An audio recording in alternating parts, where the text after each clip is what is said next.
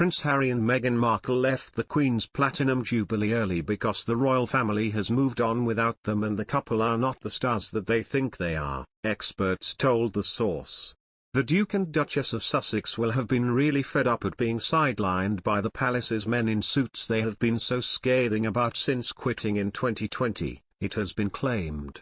And as they were met with some booing at their only public appearance at St. Paul's on Friday, the couple will have learned that the British public believe being a royal is about service, not about self, one critic said.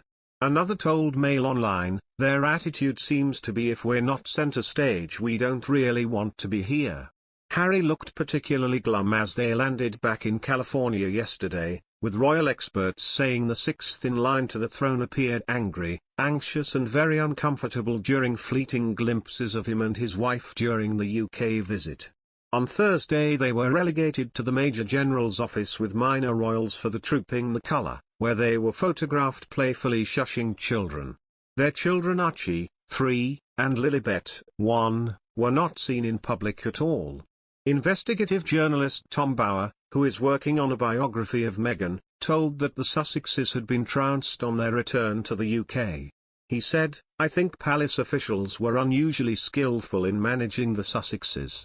Just enough exposure to please the Queen but at the same time so limited to show them that they have been sidelined."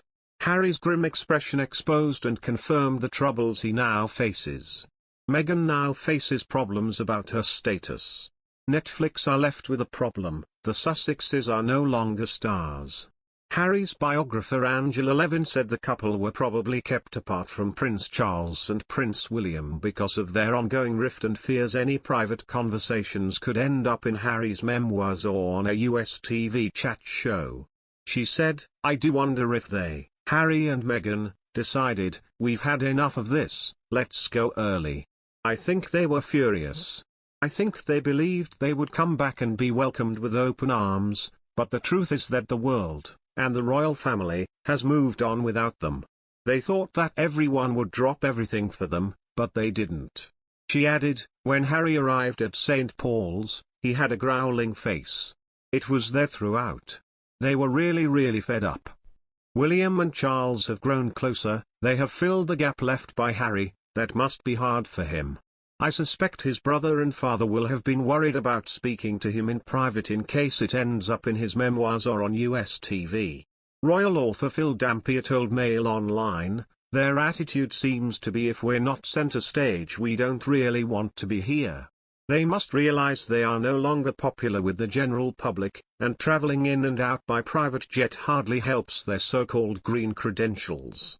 I'm afraid that all the time Harry is writing a book and making Netflix fly-on-the-wall programs, Charles and William will not trust him. They would worry that any in-depth conversations would be repeated in the media, and so I'm sure they are keeping him at arm's length for the time."